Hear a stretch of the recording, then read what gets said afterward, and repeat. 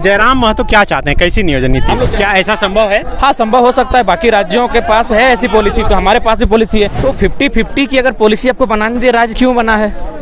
ये राज्य आखिर बना क्यों है? क्या बाकी जो राज्य हैं हमारे भारत देश में, उन राज्यों की नियोजन पॉलिसी इस प्रकार है? अच्छा, सरकार बोल रही है कि हम लोग अस्थायी तौर पर फिलहाल ये नियोजन नीति बनाए हैं, चूँकि खतियान के आधार पर स्थानीय नीति का जो प्रस्ताव है वो विधानसभा से भी पास करके भेज दिया गया है, उसके बाद बनाया जाएगा। फिलहाल नौकरी देने के लिए ये नियोजन नीति लगा। ठीक है, नौकरी देने के लिए अगर आप लाए हैं तो सबसे पहले बात आप आवासीय को तो नेसेसरी कीजिए। क्या आप छात्रों की तरफ से सरकार को ये आश्वस्त करना चाहेंगे कि सरकार अगर 1-2 साल वैकेंसी नहीं निकाले तो ये कोई आंदोलन नहीं करेंगे? ये तो बोल रहे हैं कि केंद्र को भेज दिए हैं हम खतियान के आधार पर स्थानीय नीति वाला प्रस्ताव। नियोजन नीति के खिलाफ छात्र झारखंड विधानसभा का घेराव करने के लिए पहुंचे थे।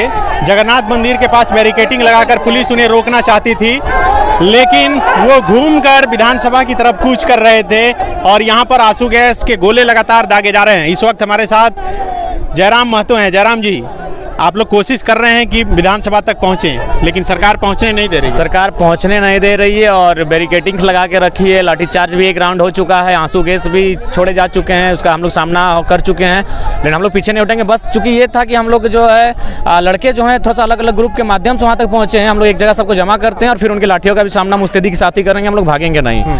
तो इसीलिए हम लोग सब एकजुट करते हैं और जहाँ तक आज जो 60-40 की नीति है या फिर जो सरकार की नियोजन पॉलिसी उसका हम लोग विरोध करने आए हैं और शांतिपूर्ण तरीके से हम लोग विरोध करने आए हैं। हमारा जो लेटर डेट जारी हुआ है उसमें भी स्पष्ट लिखा गया है कि हम लोग अनुशासन में रह के आज के आंदोलन को अंजाम देंगे। तो जयराम महतो क्या चाहते हैं, कैसी नियोजन नीति? हम लोग चाहते हैं कि झारखंड 90-10 हो, 90 झारखंडियों का हो और बाकी 10 ओपन टू रहे, ऑल रहे। क्या ऐसा संभव है? हाँ, संभव हो सकता है। बाकी राज्यों के पास है ऐसी पॉलिसी, तो हमारे पास भी पॉलिसी है। जैसा कि जिला है, उस जिला में आप भाषा को बैरियर लगा सकते हैं, उस भाषा के माध्यम से एग्जाम ले सकते हैं। लोग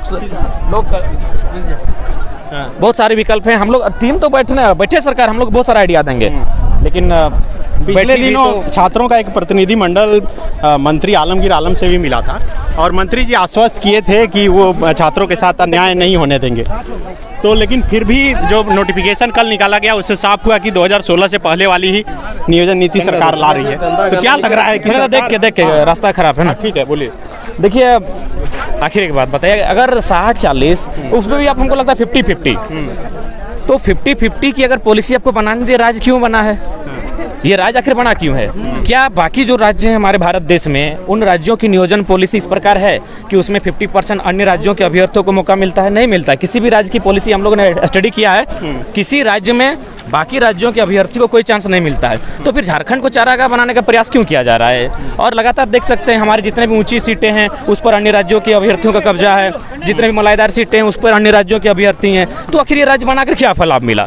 यहाँ के बच्चे पढ़ेंगे, फिर एक दिन मजदूरी करेंगे, अन्य राज्यों में, प्रदेशों में चले जाएंगे, कोई विदेशों में चले जाएंगे। तो फिर ये राज्य बना क्यों है, किन के लिए बना है? हमारे इतने रक्त बहाकर, इतना शहादत देकर, मैंने हम लोग इतने संघर्ष के बाद ये राज्य बना है, तो किसके लिए राज्य बना है? तो इसीलिए पूरे भारत को नॉट अलाउड रहेगा, केवल झारखंड की नौकरियों में झारखंडियों को अधिकार मिले, हम लोग यही चाहते हैं। अच्छा, सरकार बोल रही है कि हम लोग अस्थायी तौर पर फिलहाल ये नियोजन नीति बनाए हैं, चूँकि खतियान के आधार पर स्थानीय नीति का जो प्रस्ताव है वो विधानसभा से भी पास करके भेज दिया गया है, उसके बाद बनाया जाएगा। फिलहाल नौकरी देने के लिए ये नियोजन नीति लगा। ठीक है, नौकरी देने के लिए अगर आप लाए हैं तो सबसे पहले बात आप आवासीय को तो नेसेसरी कीजिए।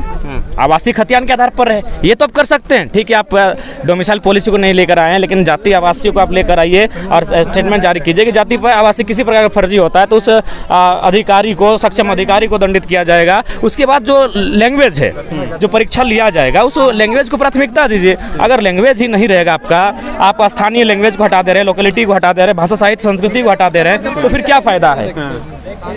उसमें तो आसानी से आप इंग्लिश को लेंगे, लोकल लैंग्वेज, तो ऑल ओवर इंडिया का, इंग्लैंड का भी आदमी यहाँ एग्जाम देगा, क्योंकि आपके पास डोमिसाइल है ही नहीं। तो इंग्लैंड वाला भी तो झारखंडी है।